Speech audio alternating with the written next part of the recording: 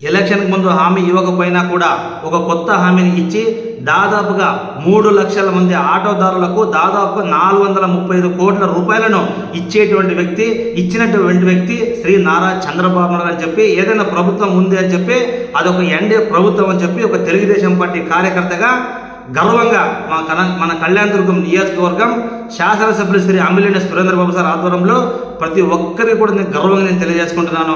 ఈ కళ్యాణదుర్గం నియోజకవర్గంలో కూడా దాదాపుగా ఏ ఎమ్మెల్యే కూడా పనిచేయనటువంటి విధంగా దాదాపుగా 40 కోట్ల రూపాయలతో రహదారులను నిర్మించినటువంటి వ్యక్తి శ్రీ అమ్మిలేని సురేంద్రబాబు సార్ అని.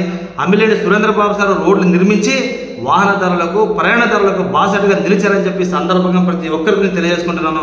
2019 నుంచి 2024 వరకు శ్రీ వైఎస్ జగన్మోహన్ రెడ్డి గారు ముఖ్యమంత్రిగా ఉన్నప్పుడు రహదారులను నిర్మించకుండా ఆటోదారులు సంపాదించినటువంటి, వాహనదారులు సంపాదించిన డబ్బును మొత్తం ఆటో ఖర్చులకే పెట్టినటువంటి సందర్భం మనం అందరూ కూడా చూసామని చెప్పి సందర్భంగా అందరికీ తెలియజేసుకుంటున్నాను. శ్రీ నారా చంద్రబాబు నాయుడు గారు ముఖ్యమంత్రిగా ఉన్నప్పుడల్లా ఈ ఆంధ్రప్రదేశ్ రాష్ట్రంలో అభివృద్ధి లక్ష్యంగా పనిచేసి రహదారులను నిర్మించి వాహనదారులకు, ప్రయాణాలకు బాసటగా నిలిచారని చెప్పి సందర్భంగా మీ అందరికీ కూడా తెలియజేసుకుంటున్నాను.